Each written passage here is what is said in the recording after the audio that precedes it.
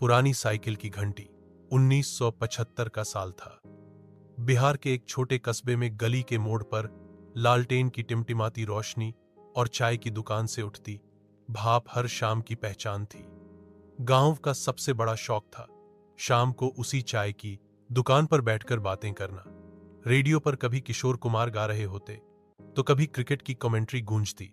उन दिनों किशोर, लता और रफी की आवाजें ही सच्चा जादू थीं। कस्बे का एक नौजवान रमेश के पास एक चीज थी जो पूरे मोहल्ले को हैरान करती थी। एक चमचमाती हरक्यूलिस की साइकिल। उस दौर में नई साइकिल होना वैसे ही शान की बात थी जैसे आज किसी के पास नई कार होना। रमेश रोज शाम को उस साइकिल पर अपने दोस्तों को बिठाकर कस्बे के चारों ओर घुमाता। साइकिल की घंटी ट्रिन ट्रिन मोहल्ले में बच्चों के लिए जादुई धुन जैसी लगती। छोटे बच्चे दूर से ही चिल्ला उठते, आ गया रमुआ भैया। गली में जब साइकिल गुजरती, औरतें दरवाजे पर खड़ी होकर हंस देती। रमेश के दोस्तों का कहना था कि जब तक वो घंटी बजाता हुआ गली से न गुजरे, शाम अधूरी लगती है। लेकिन एक दिन अचानक साइकिल की घंटी टूट गई।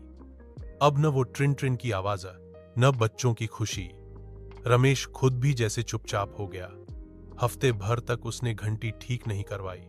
पूरा मोहल्ला जैसे उदास हो गया। आखिरकार एक रविवार की सुबह वह शहर जाकर एक नई चमचमाती घंटी लेकर आया। जब पहली बार उस घंटी की आवाज गूंजकर मोहल्ले की गली में बजी तो मानो सारा मोहल्ला फिर से खिलखिला उठा। बच्चे उछलकर बोले, अब तो फिर से हमारी शामें पूरी होंगी। आज भले ही मोहल्ले में कारें और बाइकें खड़ी हैं, लेकिन उन पुरानी साइकिल की घंटियों की ट्रिन ट्रिन अब भी लोगों की यादों में गूंजती है। वो आवाज सिर्फ लोहे की घन